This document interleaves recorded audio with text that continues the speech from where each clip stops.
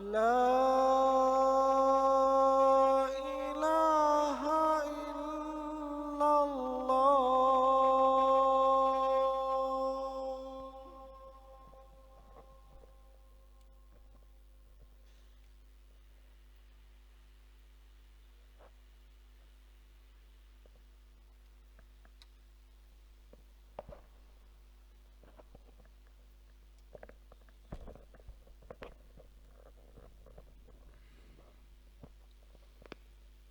الحمد للہ نحمده ونستعینه ونستغفره ونؤمن به ونتوکل علیہ ونعوذ باللہ من شرور انفسنا ومن سیئات اعمالنا من يهده الله فلا مضل له ومن يضلل فلا هادي له واشهد ان لا اله الا الله واشهد ان محمدا عبده ورسوله اما بعد فان خير الحديث كتاب الله وخير الهدي هدي محمد صلی اللہ علیہ وسلم وشر الامور محدثاتها وكل محدثة بدعة وكل بدعة ضلالة وكل ضلالة في النار. اما بعد اعوذ باللہ السمیع العلیم من الشیطان الرجیم.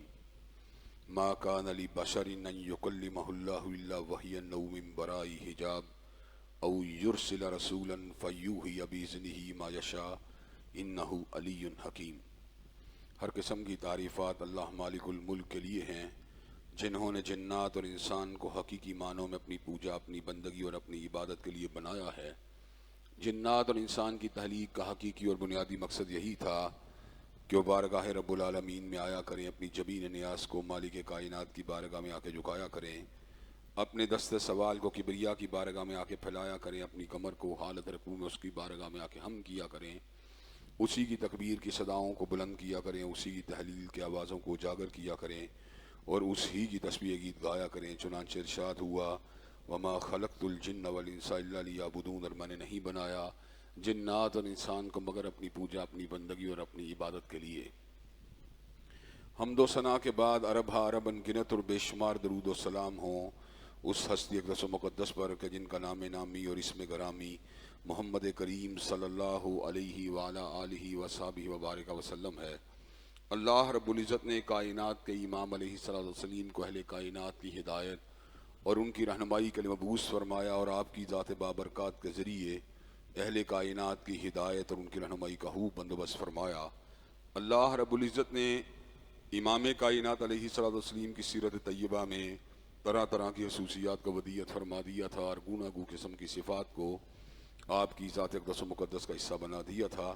اور ان تمام باتوں سے بڑھ کر یہ کہ میرے آقا کی زندگی میں کوئی صبح ایسی نہیں آئی، کوئی شام اور کوئی رات ایسی نہیں آئی، دکھوں کی کوئی گھڑی اور شکل لمحہ ایسا نہیں آیا جب مالک کائنات نے اپنی تائید کو، اپنی نصرت کاملہ اور اپنی حمایت بے مثال و لازوال کو حضرت رسول اللہ صلی اللہ علیہ وسلم کے شامل حال نہ فرمایا ہو.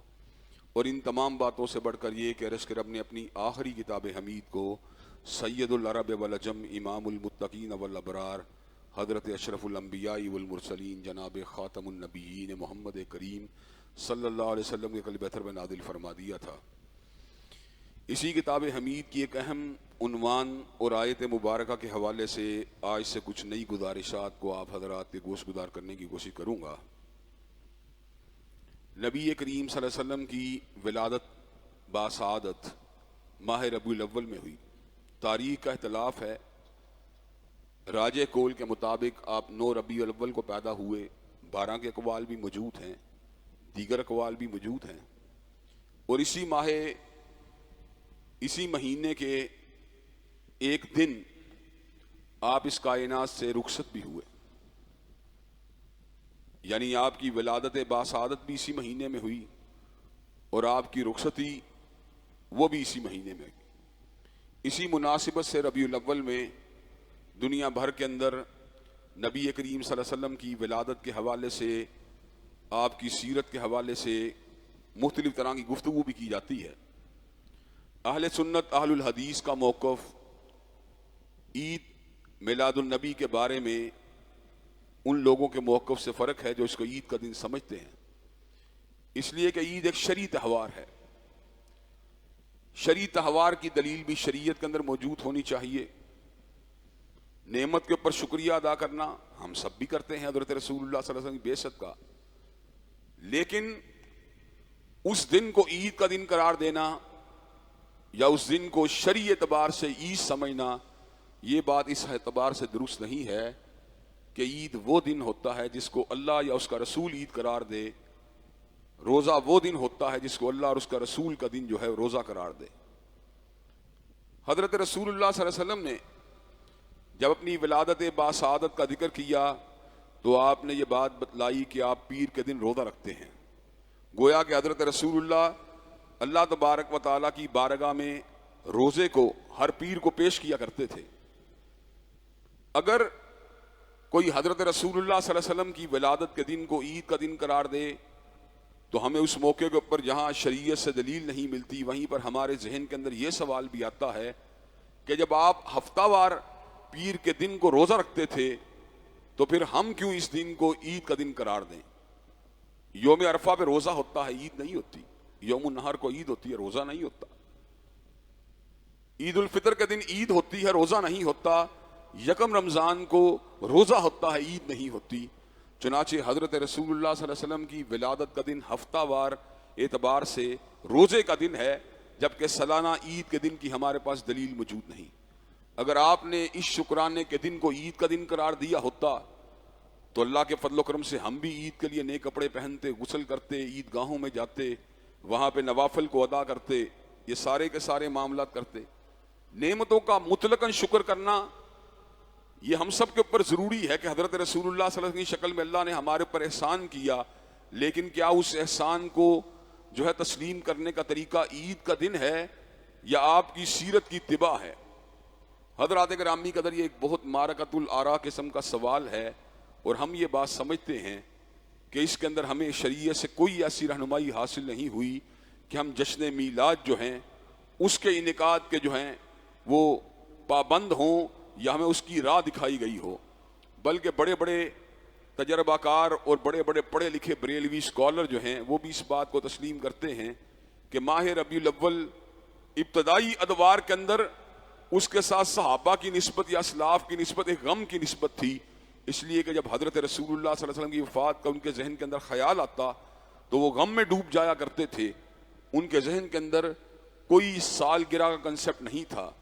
سالگرہ کا کنسیپٹ جو ہے وہ عام طور پہ مسیحیوں کے یہاں پر موجود ہے، وہ سیدنا مسیح علیہ السلام کی ولادت کے دن کو کرسمس ڈے کے طور پہ مناتے ہیں، اور ان کے یہاں پر وہ عید کا ایک دن ہے، جبکہ ہمیں عید کے دن کے حوالے سے رہنمائی حاصل ہوئی، اس میں دو ہی عیدیں ہمیں حاصل ہوئی ہیں، ایک عید الفطر ہے، ایک عید الاضحیٰ ہے۔ لیکن اس کے باوجود چونکہ ایک تاریخی نسبت ہے ربیع الاول کے ساتھ حضرت رسول اللہ کی ولادت باسعادت کی بھی اور آپ کی رحلت کے دن کی بھی، چنانچہ ان ایام کے اندر جو ایک ماحول بنتا ہے اس میں سیرت کا ذکر جو ہے تمام مسالک کے لوگ، تمام مکاتب کے لوگ کرتے ہیں، اور حضرت رسول اللہ صلی اللہ علیہ وسلم کی سیرت مبارکہ کے جو تشنہ پہلو ہیں جن کے اوپر امت کی اور عوام کی صحیح معنوں میں رہنمائی نہیں کی گئی ہوتی، اس اعتبار سے ان کی رہنمائی کرنے کی کوشش کی جاتی ہے۔ اللہ تبارک و تعالی جو ہیں در حقیقت ہر چیز کے خالق و مالک ہیں، انہوں نے ہر چیز کو پیدا کیا، توازن کے ساتھ پیدا کیا اور متعین مقدار میں پیدا کیا۔ اللہ تبارک و تعالیٰ کے علم اور اس کے ارادے اور اس کی تخلیق کو کوئی چیز جو ہے وہ تجاوز نہیں کر سکتی۔ قحط سالی کے علاوہ یا کسی علاقے کے اندر کسی وبا کے پھیل جانے کے علاوہ اللہ تبارک و تعالیٰ نے انسانوں کو توازن میں رکھا ہے۔ جس چیز کی ضرورت ہے انسانوں کو میسر ہے۔ کھانے کے لیے اللہ نے پھلوں کو پیدا کیا، سبزیوں کو پیدا کیا، اناج کو پیدا کیا، گندم کو پیدا کیا، چاول کو پیدا کیا۔ اللہ تبارک و تعالیٰ نے لباس پہننے کے لیے کاٹن کو پیدا کیا، انسانوں کو صلاحیت دی مصنوعی فیبرک بنانے کی۔ اللہ تبارک و تعالیٰ نے عورتوں کے لباس کے لیے ریشم کو پیدا کیا۔ اللہ تبارک و تعالیٰ نے رنگوں کو پیدا کیا۔ اگر بلیک اینڈ وائٹ پورا انوائرمنٹ ہوتا گزارا ہو سکتا تھا، لیکن اللہ تبارک و تعالیٰ نے حصے حسن کو، حصے جمالیات کی تشنگی کو دور کرنے کے لیے رنگوں کو پیدا کیا، سبزے کو پیدا کیا، نیلی رنگت کو پیدا کیا، سرخ رنگت کو پیدا کیا۔ اللہ نے بحر و بر کے اندر مختلف طرح کے رنگوں کو پیدا کیا، جس کو دیکھ کر انسان کو سکون حاصل ہوتا ہے، آنکھوں کو تراوت ملتی ہے۔ اللہ تبارک و تعالیٰ نے جگر کی ٹھنڈک بیٹوں کو پیدا کیا اور دل کے قرار بیٹیوں کو پیدا کیا۔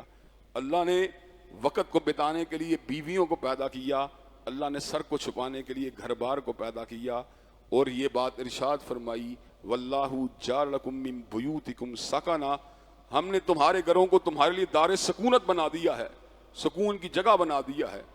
حضرات گرامی کا دنیا کے اعلیٰ سے اعلیٰ ہوٹل کے اندر آپ چلے جائیں، جو گھر آ کے آپ کو انگڑائی آتی ہے اور سکون آتا ہے، اس کی پوزیشن ہی اور ہوتی ہے، بچوں کو دیکھ کر، بیوی کو دیکھ کر، گھر بار کو دیکھ کر، اس کے در و دیوار کو دیکھ کر طبیعت میں ایک سکون کی کیفیت پیدا ہو جاتی ہے۔ حضرات گرامی قدر، اللہ تبارک و تعالیٰ نے زندگی کے نشیب و فراز کا مقابلہ کرنے کے لیے صحت کو پیدا کیا، اور اپنی یاد اور اپنا احساس دلانے کے لیے بیماریوں کو پیدا کیا۔ حضرات گرامی قدر، اللہ نے نعمتوں سے فیض یاب ہونے کے لیے مال کو پیدا کیا، اور آزمائش میں مبتلا کرنے کے لیے غربت کو پیدا کیا۔ اللہ تبارک و تعالیٰ نے جہاں پر مختلف طرح کے مادی نفسیاتی عناصر کو پیدا کیا، وہاں پر اللہ تبارک و تعالیٰ نے روح کی تشنگی کو دور کرنے کے لیے انبیاء علیہم السلام کو مبعوث فرما دیا۔ اللہ تبارک و تعالیٰ مجرد وحی کے ذریعے بھی یہ کام کر سکتے تھے، لیکن اللہ نے یہ کام مجرد وحی کے ذریعے نہیں کیا، بلکہ اللہ تبارک و تعالیٰ نے جہاں پر وحی کا نزول فرما دیا، وہاں پر انبیاء کو بھی مبعوث فرما دیا۔ اللہ نے ایسا کیوں کیا؟ اللہ نے ایسے اس لیے کیا کہ وحی کے بارے میں لوگوں کے دل میں اگر کوئی ابہام پیدا ہو تو معلم بھی ساتھ ہو، ٹیچر بھی ساتھ ہو، اسوہ بھی ساتھ ہو، ایگزامپل بھی ساتھ ہو۔ خالی لیٹرز کو اللہ نے نہیں اتارا، بلکہ ایگزامپل کو بھی ساتھ ہی مبعوث فرما دیا۔ حضرات گرامی قدر، اللہ تبارک و تعالیٰ نے انبیاء کو جو شرف دیا وہ کائنات میں کسی کو نہیں دیا۔ شرف ان کا کیا ہے کہ اللہ نے خود ان سے کلام کیا۔ یہ کتنے بڑے شرف کی بات ہے۔ اللہ کی طرف سے کبھی خواب میں کوئی اشارہ مل جائے، اللہ تبارک و تعالیٰ کی طرف سے کوئی خواب میں رہنمائی مل جائے، یہ بھی بہت بڑی بات ہوتی ہے۔ کجا یہ کہ اللہ تبارک و تعالیٰ کسی کے ساتھ براہ راست ہم کلام ہو، یہ کتنے بڑے شرف کی بات ہے۔ ما کان علی بشر ان یکلمہ اللہ الا وحی او من وراء حجاب او یرسل رسولا فیوحی باذنہ ما یشاء انہ علی حکیم۔ کوئی بشر اللہ کے ساتھ کلام نہیں کر سکتا الا یہ کہ وہ اللہ کا نبی ہو۔ ما کان علی بشر ان یکلمہ اللہ الا وحی او من وراء حجاب او یرسل رسولا فیوحی باذنہ ما یشاء۔ اللہ کے ساتھ کوئی بندہ کلام نہیں کر سکتا مگر اللہ یہ کہ وہ اللہ کا نبی ہو۔ جب وہ اللہ کا نبی ہوگا پھر کلام کی تین صورتیں ہوں گی۔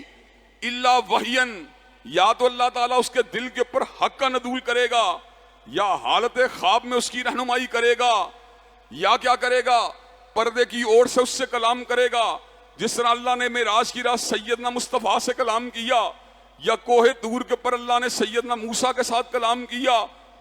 او یرسل رسولا فیوحی باذنہ ما یشاء، او یرسل رسولا فیوحی باذنہ ما یشاء انہ علی حکیم۔ یا اپنے کسی میسنجر کو بھیجے گا، اپنے رسول بالعموم جبریل کو بھیجے گا، فیوحی باذنہ ما یشاء، اور وہ اللہ کے حکم سے وحی کرے گا، نبی کے پاس اللہ کا پیغام لے کے آئے گا۔ یہ مقام ہے نبوت کا، لیکن سامنے انبیاء کے بھی نہیں آتا۔ اتنی بڑی ذات کہ کلام تو کر لیتا ہے، عام انسانوں کے ساتھ تو کلام بھی نہیں کرتا، لیکن نبیوں کے ساتھ کلام تو کر لیتا ہے، لیکن سامنے ان کے بھی نہیں آتا۔ موسیٰ علیہ السلام جب کوہ طور پہ اللہ کے ساتھ ہم کلام ہوئے تو دل میں خیال آیا، آواز اتنی خوبصورت ہے، جمال کتنا پیارا ہو۔ کہا ربی ارنی انظر الیک، پروردگار میں آپ کو دیکھ نہیں سکتا۔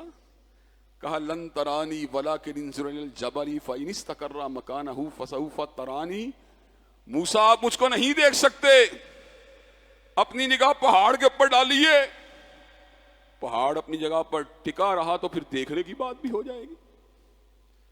فلما تجلی ربہ للجبل جعلہ دکا وخر موسیٰ صعقا، اللہ نے اپنی اربہ تجلی کو پہاڑ کے اوپر گرایا، پہاڑ کا تو سرما ہی بن گیا، موسیٰ علیہ السلام بھی بے ہوش ہو گئے۔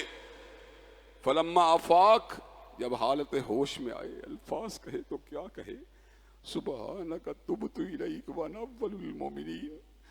اللہ تیری ذات پاک ہے، کہ ان آنکھوں سے آپ کی زیارت کی جا سکے. تبت الیک، میں توبہ کرتا ہوں، وانا اول المومنین، اور آپ کے اوپر ایمان لے کے آتا ہوں. وہ حسن حقیقی جس کی زیارت اور جس کے چہرے کی زیارت سیدنا موسیٰ کوہ طور پہ نہیں کر سکے، ایک وقت آئے گا جب اللہ تبارک و تعالیٰ جنتیوں کی آنکھوں میں اس جلال و جمال کو سہنے کی کیفیت کو پیدا کرے گا. پھر کیا ہوگا؟ وجوہ یومئذ ناظرہ الی ربہا ناظرہ. پھر اس دن آنکھیں اللہ کو دیکھ رہی ہوں گی، حسن حقیقی کا، اس جلوہ حقیقی کا مشاہدہ کر رہی ہوں گی. اور حضرت رسول اللہ فرماتے ہیں جنتیوں کو اللہ کو دیکھنے کے اندر اسی طرح کوئی دقت پیش نہیں آئے گی جس طرح تمہیں سورج اور چاند کو دیکھنے میں کوئی دقت پیش نہیں آتی. ہم سارے بیٹھے ہوتے ہیں، سب سورج کو دیکھ سکتے ہیں، ہم سارے بیٹھے ہوتے ہیں، ہم سب چاند کو بھی دیکھ سکتے ہیں. اس طرح جنتی بیک وقت اللہ تبارک و تعالیٰ کے چہرہ پر جلال و جمال، اللہ اکبر، جس کے جلال کا عالم یہ ہے، جس کے جلال کا عالم یہ ہے کہ حضرت رسول اللہ فرماتے ہیں اس کے چہرہ پر جلال کے سامنے نور یا آگ کا پردہ ہے جو کائنات اور اس کے درمیان حائل ہے. اس نور یا آگ کے پردے کو اگر ہٹا دیا جائے تو اس کی پوری مخلوق جل کے راکھ ہو جائے. اس کی پوری مخلوق اس کے چہرے کی تمازت کو دیکھ کر جل کے راکھ ہو جائے. اس حسن حقیقی کی ایک خوبصورت جھلک سید العرب والعجم نے خواب میں دیکھی تھی. اور انبیاء کے خواب بھی حجت ہوتے ہیں. حضرت رسول اللہ خود فرماتے ہیں میری آنکھیں سوتی ہیں، میرا دل جاگتا ہے. حضرات گرامی قدر، آپ نے حالت رویا کے اندر، حالت خواب میں پروردگار عالم کے چہرہ پر جلال کی زیارت کی ہے. اور اس چہرہ پر جلال و جمال کی جب زیارت کی ہے تو حضرت رسول اللہ فرماتے ہیں میں نے اپنے رب کو بیج اچھی صورت میں دیکھا اور میرے رب نے اپنے دست اقدس کو میرے کاندھے کے اوپر میرے سینے کے پیچھے رکھا اور میں نے اپنے رب کے ہاتھ کی ٹھنڈک کو اپنے سینے میں اترتا ہوا محسوس کیا. حضرات گرامی قدر، یہ وہ مقام ہے جو انبیاء کو حاصل ہوا. غیر نبی اللہ سے کلام نہیں کر سکتا. غیر نبی کو اللہ اشارہ تو دے سکتا ہے، خواب میں رہنمائی کر سکتا ہے، اور ولایت کے کسی مقام کے اوپر کشف کے امکانات بھی موجود ہیں. لیکن حضرات گرامی قدر، اللہ تبارک و تعالی اپنے غیر نبی کے ساتھ کبھی بھی کلام نہیں کرتا.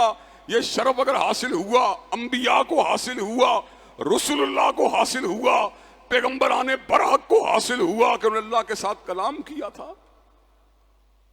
اس کلام کے ساتھ ساتھ اللہ تبارک و تعالیٰ نے انبیاء کے ساتھ ایک اور معاملہ بھی کیا کہ اپنی حفاظت خصوصی کے اندر ان کو اپنے حصار کے اندر لے لیا.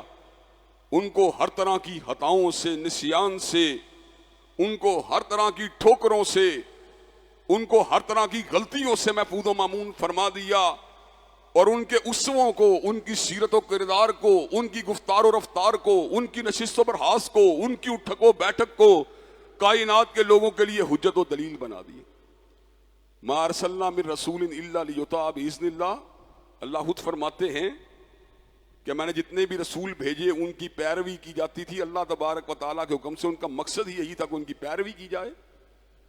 حضرات گرامی قدر، اللہ ان کے ذریعے لوگوں کی روحوں کو سیراب فرماتے رہے، لوگوں کی روحانی تشنگی کو دور فرماتے رہے. لا کائنات میں اگر حقیقت میں موجود ہے تو شریعت کا لا ہے. حقیقت میں کائنات کے لوگوں کے لیے کوئی لا اگر موجود ہے وہ ڈیوائن لا ہے، جو اللہ کا اتارا ہوا قانون ہے. پارلیمان کا قانون جو ہے اس پہ نظر ثانی ہو سکتی ہے، اس میں ترمیم ہو سکتی ہے، اس کو تبدیل کیا جا سکتا ہے، لیکن رب کے قرآن کے اتر جانے کے بعد اور پیغمبر زماں کے فرمان برحق کے آ جانے کے بعد اس قانون میں تغیر و ترمیم جو ہے وہ کوئی انسان بھی نہیں کر سکتا. اللہ کے پاس یہ اختیار ہے، خود کسی وحی کا نزول فرما کر اس کو تبدیل کر دے. اللہ کے پاس یہ اختیار ہے سیدنا مصطفیٰ پہ کسی حکم کا نزول فرما کر اس حکم کو تبدیل کر دے، لیکن حکم کی تکمیل کے بعد، حکم کے آ جانے کے بعد، اللہ تبارک و تعالیٰ کے حکم کے نازل ہو جانے کے بعد کسی کے پاس یہ اختیار نہیں ہے کہ اللہ کے فرامین واضحہ کے اوپر اور حضرت رسول اللہ کے فرامین مبارک و مطہر کے اوپر نظر ثانی کر سکے۔ حضرات گرامی قدر، میں نے 2-3 دن پہلے شیخو پورہ کے اندر بھی اس حقیقت کو لوگوں کے سامنے رکھا تھا، اور آج آپ لوگوں کے سامنے بھی اسی بات کو رکھ دینا چاہتا ہوں۔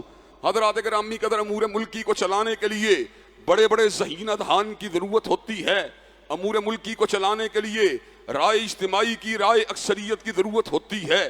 چنانچہ ہم ایسے جمہوریت پسند طلباء یا ہم ایسے جمہوریت پسند دیندار امور ملکی کے اندر، دیگر معاملات کے اندر پارلیمان کے ممبران کی اکثریتی رائے کو ہمیشہ اس کا احترام بھی کرتے ہیں، لیکن کائنات میں یہ اعزاز اگر حاصل ہوا یا وحی الہی کو حاصل ہوا یا پیغمبر برحق کو حاصل ہوا کہ ان کے فرامین کی حقیقت و حیثیت یہ ہے کہ پارلیمان کے ممبران کی اکثریت کی بات نہیں، بلکہ پوری پارلیمان بھی اگر جمع ہو جائے تو ان کے لبوں سے نکلنے ہوئے الفاظ کے اوپر ریویو نہیں کر سکتے۔ یہ اعزاز اور یہ مقام اور یہ اتھارٹی اگر کسی کو حاصل ہے تو رب قدیر کے کلام کو حاصل ہے، یا سیدنا مصطفیٰ کے الفاظ کو حاصل ہے۔ یہ کائنات میں کوئی ان کو ریویو نہیں کر سکتا، اس لیے کہ ان کی اپنی ذات، ان کی اپنی بات قانون کا سب سے بڑا ماہد ہے، ان کی اپنی بات حجت و قانون ہے، ان کی اپنی بات حجت و دلیل ہے۔ حضرات گرامی قدر، وہ جو پنجابی شاعر نے بات کہی نا، ہر لفظ شریعت بنیا جب نبی نے زبان ہلائی، اللہ کے نبی کی ہر بات حجت ہے، ہر بات قانون ہے، ہر بات دلیل ہے۔ قانون کا سب سے بڑا منبع وحی الہی ہے، اور گریجولی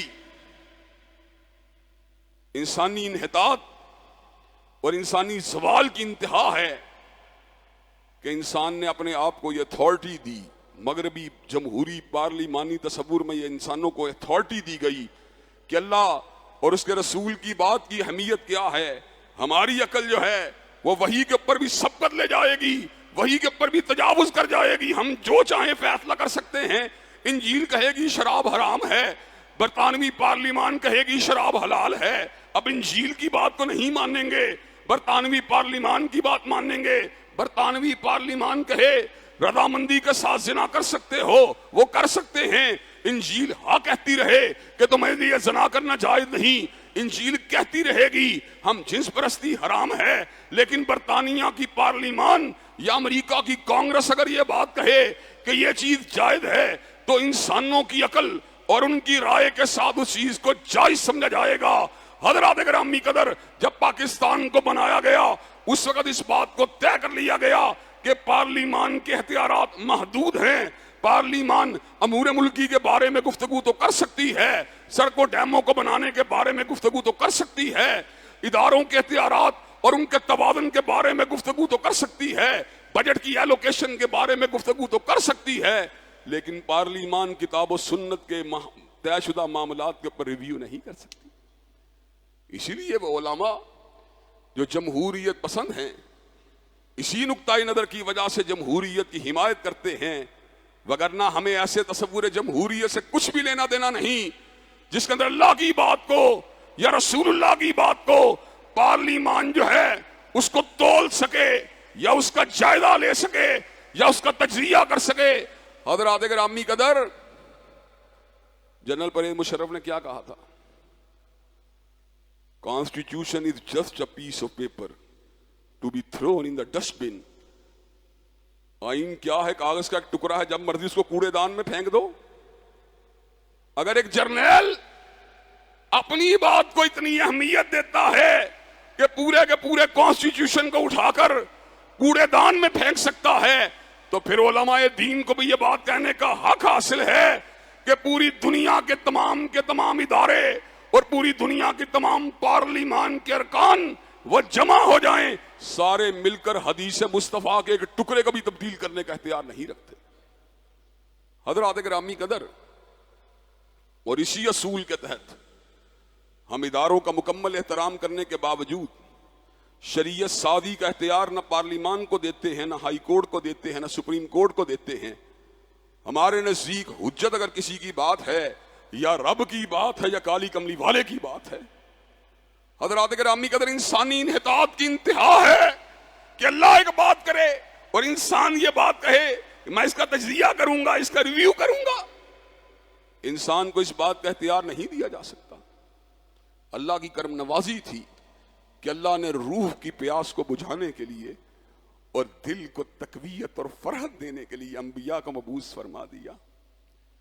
کلام اللہ میں اور انبیاء کے فرامین میں ایک ایسی کشش موجود ہے جس سے روحوں کو توانائی بھی ملتی ہے اور خوشی بھی ملتی ہے۔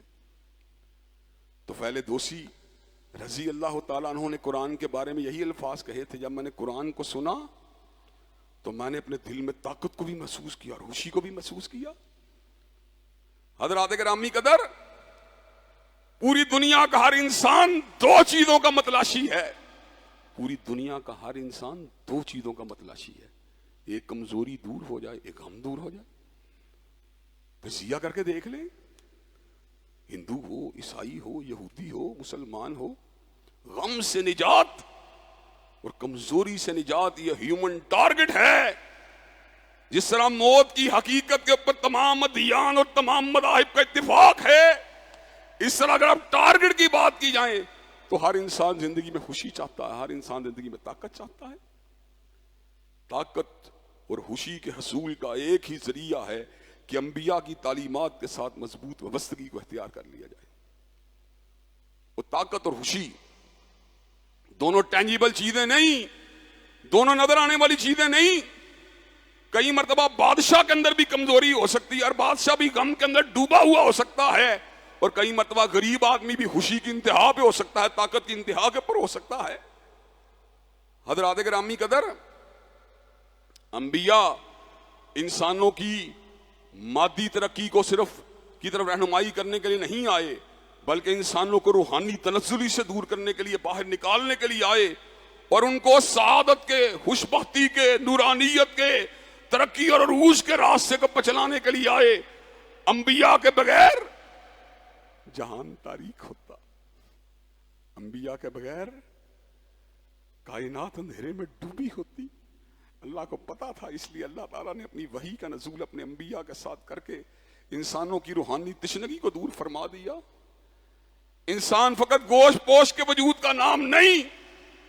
اگر انسان فقط گوشت پوش کا وجود ہوتا اور انسان کی ضروریات فقط مادی ضروریات ہوتی تو حضرات گرامی قدر، پھر آپ ذرا ٹھنڈے دل سے غور کیجئے، دنیا میں کوئی امیر آدمی ڈپریشن کا شکار نہ ہوتا۔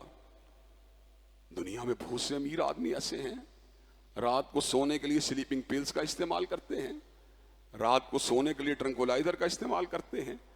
پوچھو کیا ہے تمہارے پاس، کیا نہیں ہے تمہارے پاس؟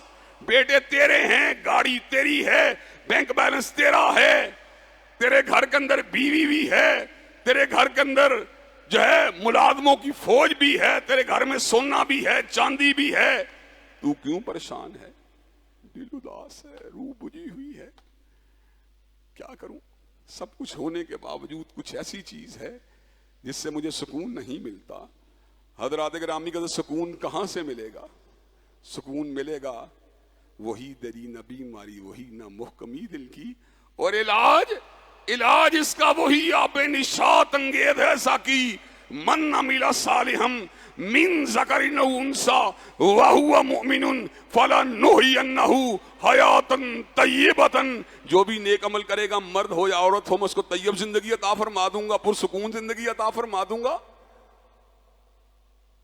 آپ نے 90 سال کے بزنس مین کو روتے ہوئے دیکھا ہوگا، لیکن 100 سال کے عبدالرشید مجاہد آبادی کو پرسکون دیکھا ہو۔ وہ کیا چیز ہے جو چکا چوند روشنیوں کے اندر سے ایمان کی شمع کو جلاتی ہے؟ ڈاکٹر مریم جمیلہ امریکہ کی سوسائٹی کے تھوک کے پاکستان آ کے آباد ہو گئی، کیا چیز تھی؟ عبدالرحیم گرین برطانوی سوسائٹی اور سماج کے اندر اسلام کی دعوت کے اندر منتقل ہو گیا۔ یوسف ایسٹس امریکہ میں رہنے کے باوجود ہلکا بگوش اسلام ہو گیا۔ وین کلیورن بہت بڑا سیاسی لیڈر ہونے کے باوجود اسلام کی دعوت کا نقیب بن گیا۔ اس کا مطلب یہ ہے کہ انسان کے وجود میں کوئی ایسی چیز بھی موجود ہے جس کو انبیاء کی دعوت کی ضرورت ہے، جس کو رسول اللہ کی دعوت کی ضرورت ہے۔ وہ کیا چیز ہے؟ وہ روح ہے۔ روح اگر توانا ہو تو جسم کی کمزوری کے باوجود بھی گزارا ہو جاتا ہے، اور اگر روح ناکارہ ہو جائے، روح کمزور اور لاغر ہو جائے، جسم کی توانائی کے باوجود گزارا نہیں ہو سکتا۔ ہم نے زندگی میں نفسیاتی عارضے بھی دیکھے ہیں، ہم نے زندگی کے اندر روحانی بیماریاں بھی دیکھی ہیں۔ روحانی بیماریاں انسانوں کو اتنا لاغر کر دیتی ہیں کہ جسم کی صحت کے باوجود انسان کو کوئی سکون نہیں آتا، کوئی نیند نہیں آتی، کوئی چین نہیں آتا۔ چین اگر ملتا ہے تو پھر وحی کے دامن میں اترنے کے بعد ملتا ہے۔ چین اگر ملتا ہے تو اللہ وحدہ لا شریک لہ کی بندگی کرنے کے بعد ملتا ہے۔ چین اگر ملتا ہے دامن انبیاء اور دامن مصطفیٰ سے بستگی کو اختیار کرنے کے بعد ملتا ہے۔ حضرات گرامی قدر، اللہ تبارک و تعالیٰ نے انبیاء علیہ السلام کو کائنات کے مختلف مقامات کے اوپر جو تھا مبعوث فرما دیا۔ روشنی کے عظیم مینار، روشنی کے عظیم مینار جو حقیقت میں تو انسان تھے لیکن دعوت کے اعتبار سے مینارہ نور تھے۔ روشنی کے عظیم مینار حضرت رسول اللہ کے بارے میں اہل الحدیث اور اہل سنت کا عقیدہ کیا ہے؟ حضرت رسول اللہ بشر ہیں، سید ولد آدم ہیں، ابن آدم ہیں، لیکن جہاں پر دعوت کی بات ہے آپ سراج منیر بھی ہیں، آپ بدر منیر بھی ہیں۔ دعوت آپ کی نورانی ہے۔ حضرات گرامی قدر، یہ روشنی کے عظیم الشان مینار اور کردار اور عمل کے عظیم الشان صاحبان جہاں جہاں بھی بھیجے گئے، رحمتوں کی برکھا برستی رہی، انوار و تجلیات کا نزول ہوتا رہا، انسانوں کو سیدھے راستے پہ چلنے کا کرینہ اور سلیقہ سکھلاتے رہے۔ وہ لوگ خوش نصیب تھے جنہوں نے انبیاء علیہ السلام کی دعوت کو سینے کے ساتھ لگا لیا، اور وہ لوگ بد نصیب تھے جنہوں نے انبیاء علیہ السلام کے راستوں کو چھوڑ دیا۔ حضرات گرامی قدر، کائنات کی رہنمائی کے لیے اللہ نے ہزاروں نبیوں کو مبعوث کیا۔ کبھی نوح علیہ السلام آتے رہے، کبھی ہود علیہ السلام آتے رہے، کبھی صالح علیہ السلام آتے رہے، کبھی ابراہیم علیہ السلام آتے رہے، کبھی اسماعیل علیہ السلام آتے رہے، کبھی اسحاق و یعقوب کائنات کے اندر جلوہ گر ہوتے رہے، کبھی موسیٰ اور ہارون کائنات کی زلفوں کو سنوارتے رہے، کبھی داؤد و سلیمان بھٹکی ہوئی انسانیت کی رہنمائی کرتے رہے، کبھی زکریا اور کبھی یحییٰ انسانیت کی الجھی ہوئی اور تشنا جو تھی طبیعت اور پراگندگی کو دور فرماتے رہے۔ اور پھر وہ آیا کہ مدد الدہور وما اتینا بمثلہ، مدد الدہور وما اتینا بمثلہ وَلَقَدْ أَتَىٰ فَأَعْجَزْنَا عَن نُّظَرَائِهِ کہ مدتیں بیت گئیں مگر کملی والے جیسا کوئی نہیں آیا۔ اور جب کملی والے آقا آ گئے، اس بات کا اعلان کر دیا گیا اب ان جیسا کائنات میں کوئی دوسرا آ سکتا ہی نہیں ہے۔ روح مصطفیٰ ہے وہ آئینہ، کیا ایسا دوسرا آئینہ؟ روح مصطفیٰ ہے وہ آئینہ، کیا ایسا دوسرا آئینہ؟ نہ کسی کی بزم حیال میں، نہ دکان آئینہ ساز میں۔ حضرات گرامی قدر، اللہ نے پھر اس کو بھیجا۔ کس کو بھیجا؟ وَأَحْسَنَ مِنْكَ لَمْ تَرَ قَطُّ عَيْنِي وَأَجْمَلَ مِنْكَ لَمْ تَلِدِ النِّسَاءُ خُلِقْتَ مُبَرَّأً مِنْ كُلِّ عَيْبٍ كَأَنَّكَ قَدْ خُلِقْتَ كَمَا تَشَاءُ۔ پھر اس کو بھیجا جس کے بارے میں اپنے تو اپنے تھے، بیگانوں کو کہنا پڑا۔ کس نے ذروں کو اٹھایا اور صحرا کر دیا، کس نے قطروں کو ملایا اور دریا کر دیا، آدمیت کا غرض ساما مہیا کر دیا، اور ایک عرب نے آدمی کا بول بالا کر دیا۔ حضرات گرامی قدر، پھر وہ آیا جس پہ پوری کائنات کو جمع کر دیا گیا، مجتمع کر دیا گیا۔ اس سے پہلے تو علاقوں کے رہنما آتے رہے، علاقوں میں روشنی کے دیے اور مینار کھڑے ہوتے رہے۔ اب ایک ایسا آفاقی قائد اور لیڈر آیا کہ اللہ نے خود اس امر کا اعلان فرما دیا، قل یا ایھا الناس انی رسول اللہ علیکم جمیعا، اور دوسرے مقام پہ اعلان فرما دیا وما ارسلناک الا کافۃ للناس بشیرا ونذیرا۔ کائنات کے لوگوں آج سن لو، آج وہ آیا ہے جو فقط عربیوں کا بڑا بن کے نہیں آیا، فقط ہاشمیوں کا بڑا بن کے نہیں آیا، فقط مکیوں کا بڑا بن کے نہیں آیا، فقط حجازیوں کا بڑا بن کے نہیں آیا، فقط عربیوں کا بڑا بن کے نہیں آیا، فقط شرقیوں کا بڑا بن کے نہیں آیا، فقط غربیوں کا بڑا بن کے نہیں آیا، فقط پچھم کا بڑا بن کے نہیں آیا، فقط پورب کا بڑا بن کے نہیں آیا، فقط اتر کا بڑا بن کے نہیں آیا، فقط دکن کا بڑا بن کے نہیں آیا، فقط ایک برس کا بڑا بن کے نہیں آیا، فقط ایک اشرے کا بڑا بن کے نہیں آیا، فقط ربع صدی کا بڑا بن کے نہیں آیا، فقط نصف صدی کا بڑا بن کے نہیں آیا، فقط ایک صدی کا بڑا بن کے نہیں آیا، فقط 5 صدیوں کا بڑا بن کے نہیں آیا، فقط 1000 برس کا بڑا بن کے نہیں آیا، فقط گوروں کا بڑا بن کے نہیں آیا، فقط بھوروں کا بڑا بن کے نہیں آیا، فقط سرخوں کا بڑا بن کے نہیں آیا، فقط سفیدوں کا بڑا بن کے نہیں آیا، فقط کالوں کا بڑا بن کے نہیں آیا، آج وہ آیا ہے جو سارے زمانوں کا بڑا بن کے آیا، سارے مکانوں کا بڑا بن کے۔ حضرات اللہ نے اس کی سیرت و کردار میں کچھ اس قسم کی خصائص کو بدیت فرما دیا۔ حضرت رسول اللہ کی عظمت، آپ کی سیرت و گفتار و رفتار، اس سے ہمیں کیا حاصل ہوا، اس کا لنک انسانیت کو کس شکل میں ملا، اس کا نتیجہ ثمرہ انسانیت کو کس شکل میں ملا۔ حضرات گرامی قدر، یہ ایک معرکۃ الآراء موضوع ہے، اور انشاءاللہ اس کے اوپر آئندہ آنے والے خطبات جمعہ میں اپنی چند گزارشات کو مزید آپ حضرات کے سامنے رکھا جائے گا۔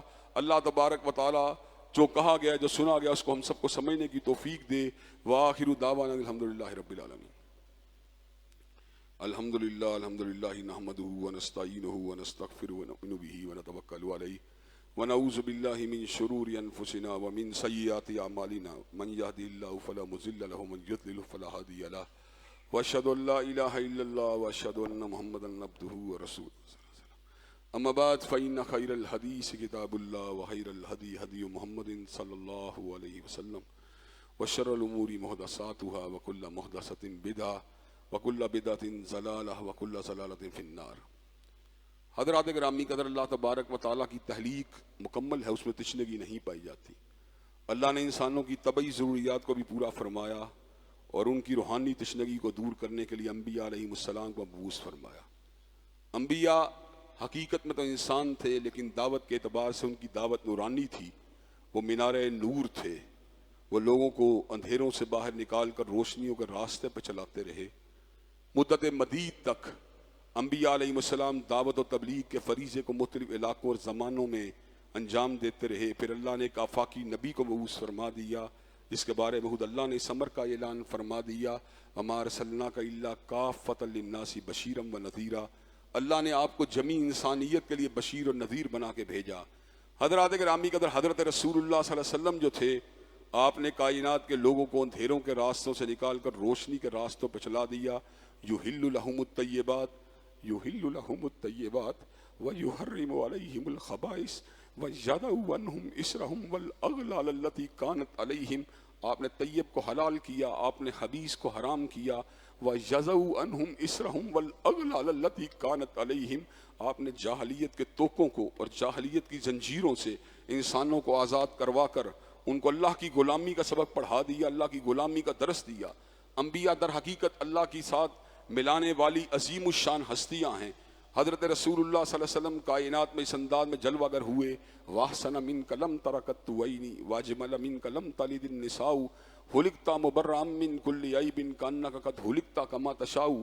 حضرت رسول اللہ صلی اللہ علیہ وسلم دنیا روحانیت کے بھی مقتدا ہیں، اور دنیا جو ہے مادیت کے بھی امام ہیں۔ یہ بات مائیکل ہارٹ نے کہی تھی، He was the only man in the human history who was supremely successful in both secular and religious phases of life۔ آپ کائنات کے واحد رہنما ہیں جو روحانیت کے بھی امام ہیں اور مادیت کے بھی امام۔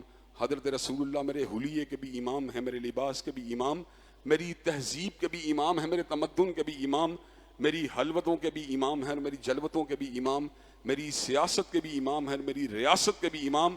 حضرت رسول اللہ صلی اللہ علیہ وسلم کائنات کے اندر جہاں پر بہت سے امتیازی اوصاف کے حامل ہیں، وہاں پر اللہ تبارک و تعالیٰ نے نبوت اور رسالت کو آپ کی ذات اقدس پہ تمام کر دیا۔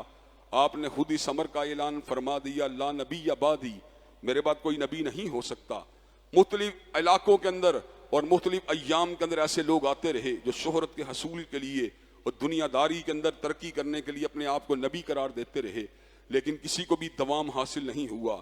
سامراجیت کے دور کے اندر علی محمد باب، حسین علی مازندانی اور غلام محمد قادیانی کے فتنوں کو کھڑا کیا گیا اور جبراً ان کو دائرہ اسلام میں داخل قرار دے کر ایک فتنے کو پھونکنے کی کوشش کی گئی۔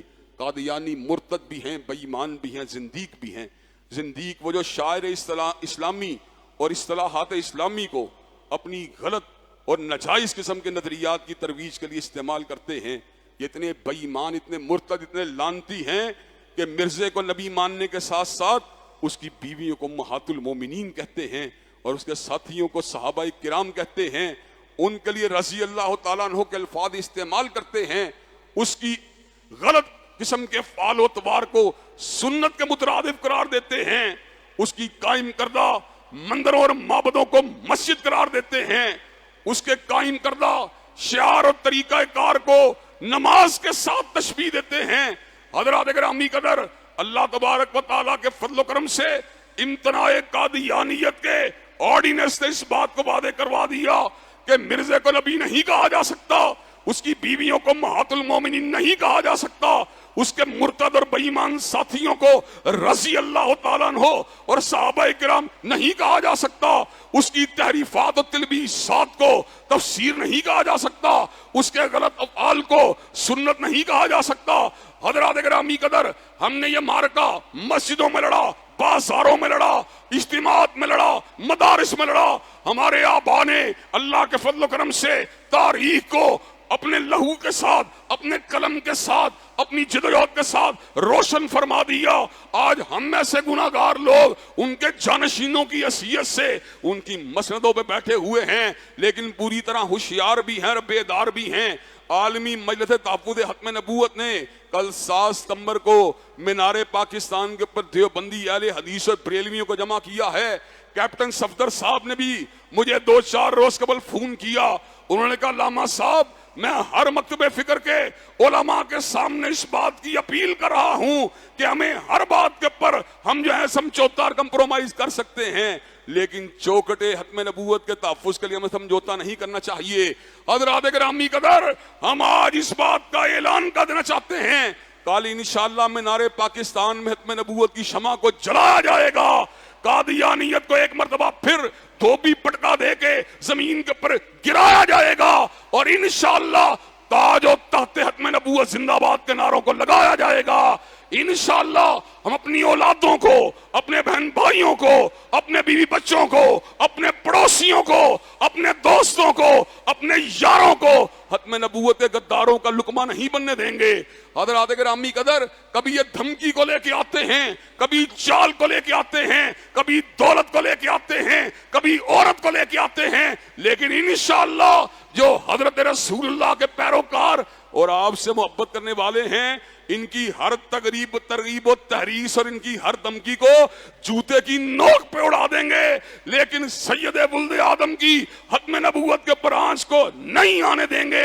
حضرات گرامی قدر، دفاع ختم نبوت کے لیے مکتب اہل حدیث، مکتب اہل سنت اور اہل سنت کے تمام مکاتب فکر کے ہمراہ آپ بھی انشاءاللہ جدوجہد کرنے کے لیے تیار ہیں۔ انشاءاللہ اپنے ایمان اور امت کے ایمان کی بقا کی جنگ کو لڑنے کے لیے تیار ہیں۔ انشاءاللہ اللہ کے فضل و کرم سے خون دل دے کے نکھاریں گے رخے برگ گلاب، اور ہم نے گلشن کے تحفظ کی قسم کھائی ہے۔ حضرات گرامی کے ہمارے ساتھی بڑے مفلوق الحال ہیں، ان کی بیوی بیمار تھی، وہ بھی فوت ہو گئی، بچہ بیمار تھا، وہ بھی فوت ہو گیا۔